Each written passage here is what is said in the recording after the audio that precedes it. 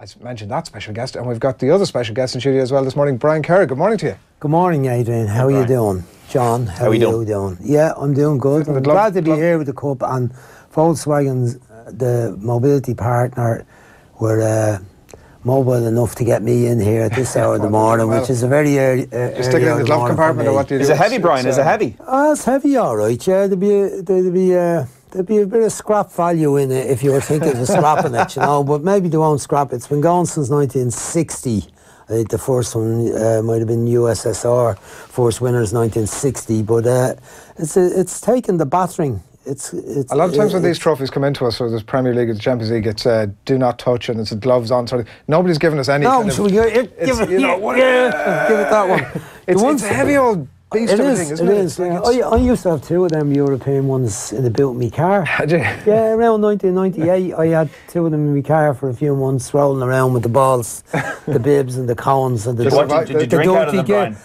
I did on a regular occasion. I used to introduce them to parties. Some now, night. what I did used you to drink take out of them, them, whatever was going. A glass of lemonade, Coke. No, what I did, I had two of them. There's replicas of them. I'd say they're probably in a storeroom in Abbottstown. The FAI would have got replicas of them. I don't think they were ever seen again. But I actually had two European trophies in the bill, and it's lovely to have that one. That one's very nice. But two we had were very nice too. Lost the handle off one of them for a while, and we had to get it re-glued on. But that worked out well. But it's lovely, isn't it? Very, very nice. Really nice piece Ruud Hullet, I remember lifting that. The Euro 88, of course, was the year when we were first there, and Stuttgart and everything. It's got all the names engraved around the back. That was the time when, yeah, I think the engraving is nice, because often you see old trophies. So it's 2016 Portugal. And they have a little badge on them here, but these are, they're hand engraved on Portugal, Spain. What's before that? Portugal, Spain, 2008. Then we're on to Greece, 2004. Yeah, Greece, France, 2000. And then we'd be in Denmark in no time. A lot of repeat offenders there, yeah. 1960 Spain USSR. 3, you know, Spain 3, Germany 3. Overall, Italy feature a couple of times, once anyway, yeah. Maybe Italy, yeah, and Denmark, Greece, yeah. Czechoslovakia won't win it anymore. They won't. It'll be either one or the other. It won't be the two of them, won't we? Holland in '88, obviously, as well. So it's a lovely piece of kit. Thanks a million for coming in, and thanks for bringing that with us as well. Do you get excited by the draw, or what's your? Like, it's obviously a long way away. There's so much uncertainty. But the matches start. Format, yeah. Yeah, the matches start quick enough. So March is the first round. So I think it's nice, because it used to have the draw, and then the matches wouldn't start for a good while until the following year. You know, the draw World Cup and Euros used to draws in November and December, and the games wouldn't start for the guts of a year. The qualification September the next year, whereas now the group matches will start in March. So I think that's good. The fact that we've got 4 matches here in the finals, it'd be nice if we're in them. We should be in them, shouldn't we? I mean, like, it's nearly one for everyone in the audience now. 24 teams qualifying. It's 2 teams per group, and then there's 4 teams out of the Nations League as well. So you get another go. You do get another go. So I mean, I think it's there's 5 teams of 5 and 5 teams of 6. Correct. So we'll see how we get on. 11 o'clock on Sunday morning is the draw at the Convention Centre in Dublin. So it's great to have it here, and hopefully we won't have Germany and Holland in our group. Well, that could happen. I think the options, I think from group, out of pot 1, our best choices would probably be Poland, I would say, Switzerland, maybe, even though I don't have great memories of Switzerland, and neither does Mick. We were talking about it last week even. And Poland, yeah, you want to avoid the usual suspects, the troublemakers: Italy, France, Belgium. Spain, Portugal, Belgium. You don't want to be playing them. But look, you might have to play one of them. And England be in that lot as well. And then Germany in the second pot. And you'd like to avoid them. But there's plenty of ones in the second pot that you'd be saying would be okay. Ukraine, Bosnia, Iceland.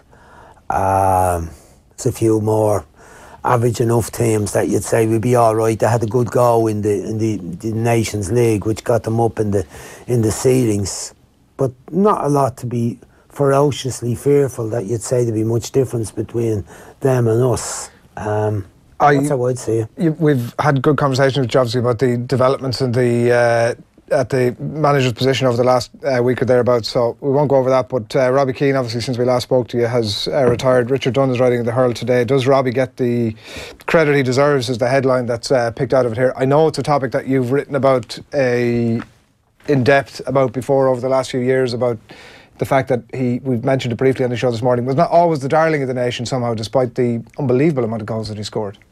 68 67 in international football. And looking at his record, I looked at his record yesterday. It was almost, he was nearly up to one every second game he played. And considering, apart from the spell in America, where the level wouldn't have been that great, he was playing at the top level all the time. It's a sensational record. Why didn't he? 68, by the way, you're 100% right. Sorry. I never should have doubted you. You wanted to take one off him. You could have taken one off me, you wouldn't have noticed. Why was it? Why was he not always the darling of the nation despite scoring all those goals? I think he was the darling of the nation when he was a young fella and he came into the team with under Mick McCarthy, same time as Damien exploded on the scene and everybody loved him. I think as time goes on, he probably didn't do himself favours at the period when he was at Spurs, and he wasn't too available to the media after matches and before matches, and people didn't hear too much about him and his backstory and his upbringing and his, Mark Celtic and Crumlin United and living in Tala, and his background of his dad was from Crumlin. And people didn't really associate with that story. I think they kind of more saw Robbie, the lad that went away, went Wolves, Coventry, Milan, and he's back at Spurs. And maybe that was some of it. But I think then, at the World Cup in 2002, and he scored that remarkable goal against Germany, I think people, football supporters admired him, the player, and they didn't really know Robbie, the fella, so much. Maybe he didn't feel that comfortable in the media thing. But I don't think we should. I think people will look at it in the future and go, history will be very kind 68 goals in international. I mean, I think is Niall the next top on 19. Niall Quinn, I think. And it was a long time. 19. It was John Aldridge and there always are Frank Stapleton. They're always around that mark. Yeah. It's 68. It's an incredible number. What will he add, Brian, to the setup now? Because this is, we're just talking about the Euro 2020 draw. We just got to get this done. We have to qualify, and we don't have much time to do it. What will Robbie add? That's the question. Yeah. Well, the way Mick explained it was very interesting. I was kind of half thinking we all should just go to Mick and say, "Give us a job." That Robbie kind of rang and said, that I wouldn't have been able to pronounce that word that you used and Mick used. But it's an interesting one that you go to managers and say, "Give us a job," right? Now, I suppose your background gives you a fair chance of getting that job. I'm not sure what he will add. Certainly to the attacking players, he should be able to give them a few clues about positioning, about cuteness, about finding space, about practice to finish, to score goals. And that area I think he can help in. And attitude as well, because if you look at Robbie's career, he lasted so long and he rarely was out with injuries. I think he was up near over 750 games. That's an awful lot of games. I mean, that's almost 40 games a season for 20 years. That's some consistency. And so I'm sure he could give advice about that, about keeping yourself in good nick and looking after yourself. Because I think he got cuter as he got older, like most players. They realise when they get into the late 20s that you got to start minding yourself and be less inclined to indulge in life's attractions and vices, maybe in terms of, having a few scoops and a few gargles and stuff like that. I think they learned that you gotta be more careful. You gotta rest more. You gotta sleep better. And family life, I think, would have helped them on that too. But I don't know. I think it's going to be a learning process for him. I think he's getting in with Mick, who he knows well from being his manager, and Terry Connor, who's obviously been Mick's right-hand man for a good few years since Ian Evans used to be Mick's right-hand man and was his right-hand man with the Irish team. And, you know, you think back, it was extraordinary. Ian was actually Mick's assistant, but he managed the under-21s at the same time. You look at the entourage Martin had, where he appeared to have, I think Martin had 5 or 6 fellas in the staff, and there was no one involved with the 21s. Mick used to do the senior team on his own, really, with Ian came in on the day of the match when the 21 match was over. So Robbie would know him from that. I don't know how well he knows Terry Connor, but he seems to be a really, really good guy.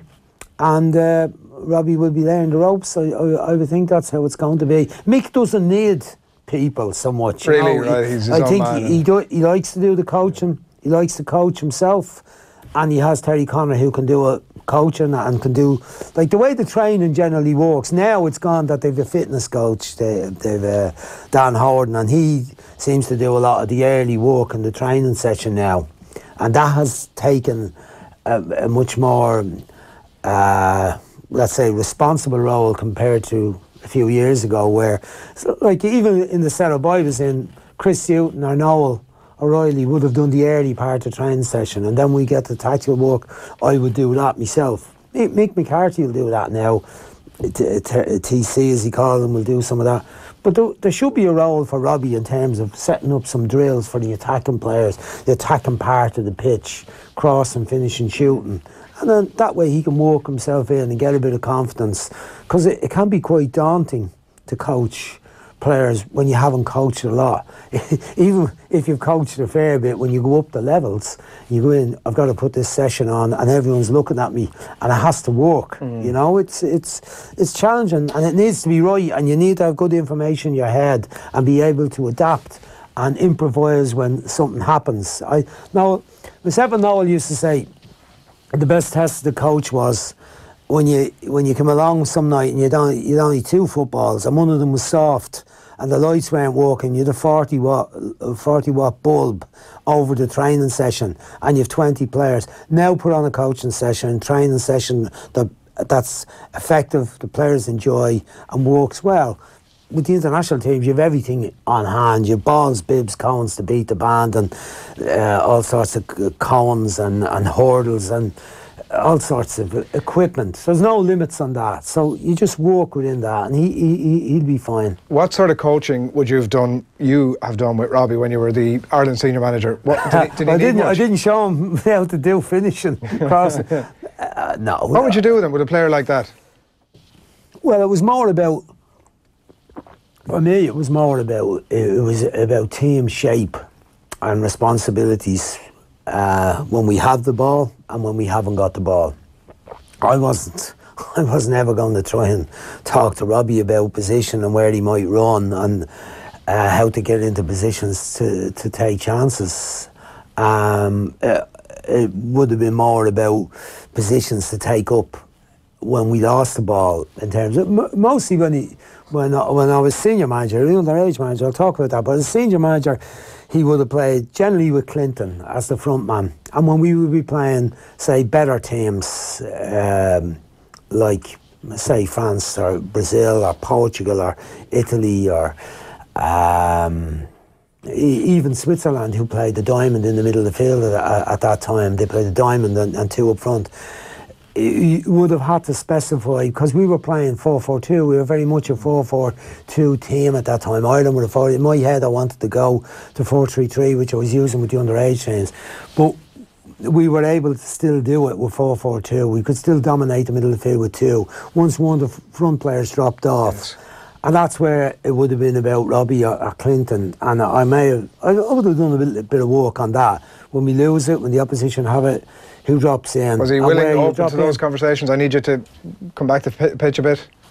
Yeah, but Robbie liked me staying up the pitch, and I'll be there when it comes over the top, and the defender is just a little bit out of position running after that. You know, he. So would he resist when you were saying to him this? No. I never had a player who resisted, because he wouldn't have played the next match. No.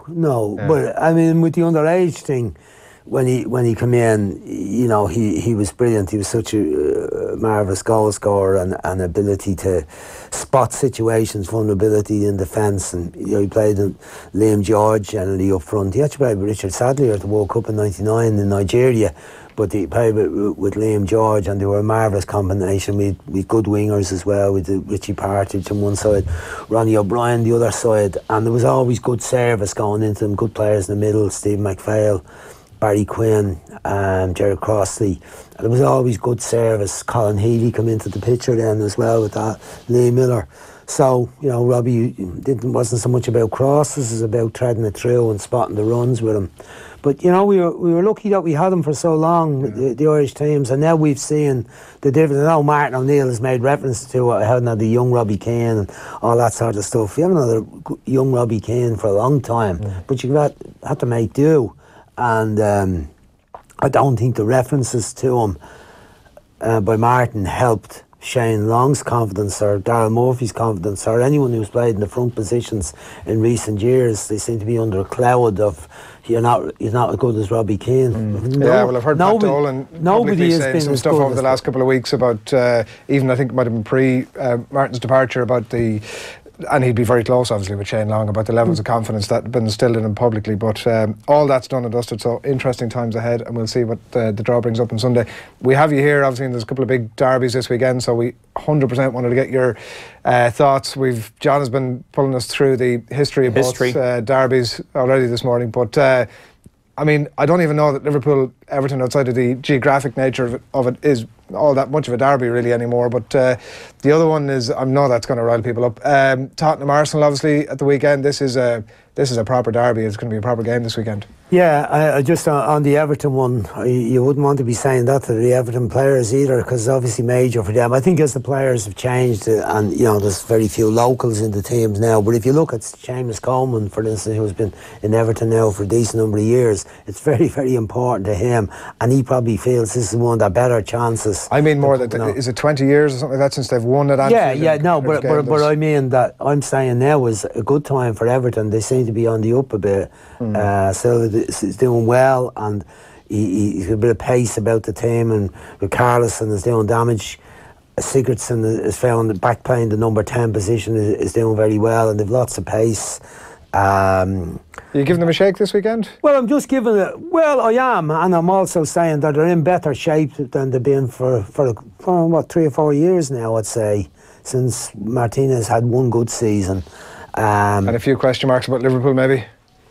Well, they've had a difficult week, but in the league, their league form has still been great. It's still only 3 draws, isn't it? 10 wins, 3 draws. I think that's it. What about the other one?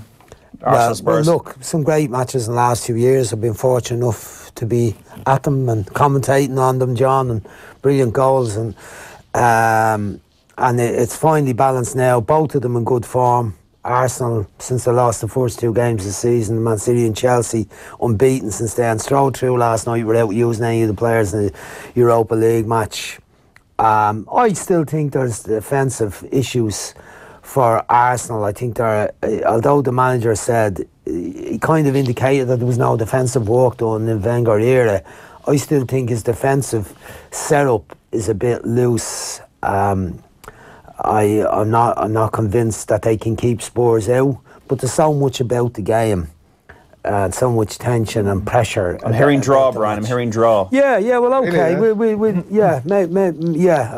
think maybe draw. But you're not normally one for having splinters in your arse, Brian. That's no. But look, there's good reason for saying it. They're two teams of great quality in the attacking positions. Spurs in good form, played well during the week. No, they only won 1-0 and it was a late goal. Sissoko in great form. It's tough going for Spurs at the moment, between the Malojan pitch I referred to during the week and the number of injuries they've had to key players. And Davinson Sanchez been out, Vertonghen been out for a long time. Dembele's out now. Winks was out earlier. He's back in. Harry Kane is hanging in. He's staying fit. Now Son is in very good nick and starting to fly. So I'd probably shade it for Spurs, but okay. let me talk. Okay. Thanks for coming in. Pleasure. Bringing See you, your friend. Brian. Looking Pleasure. forward Good to see you, all right. Have a good weekend yourselves. All right. I'll be just watching a lot of matches the weekend. I'm busy. I'm sure you'll be busy few weeks coming up after that. Yeah. Yeah, you'll have me on the treadmill. Brian, sit tight there for 1 second. Brian here with thanks to Volkswagen, of course, who'll be supporting the UEFA 2020 European Football Championships taking place in 13 countries, including Ireland, to mark the 60th 12 countries. So down to 12 now. Right. Brussels lost the gig, didn't they? The pitch was unplayable. We'll have to update our line. Down and the draw, to 12. Of course, he's caught me on the mark a couple of times this morning. Sharp as ever. The draw, of course, taking place this Sunday, so we look forward to all of that.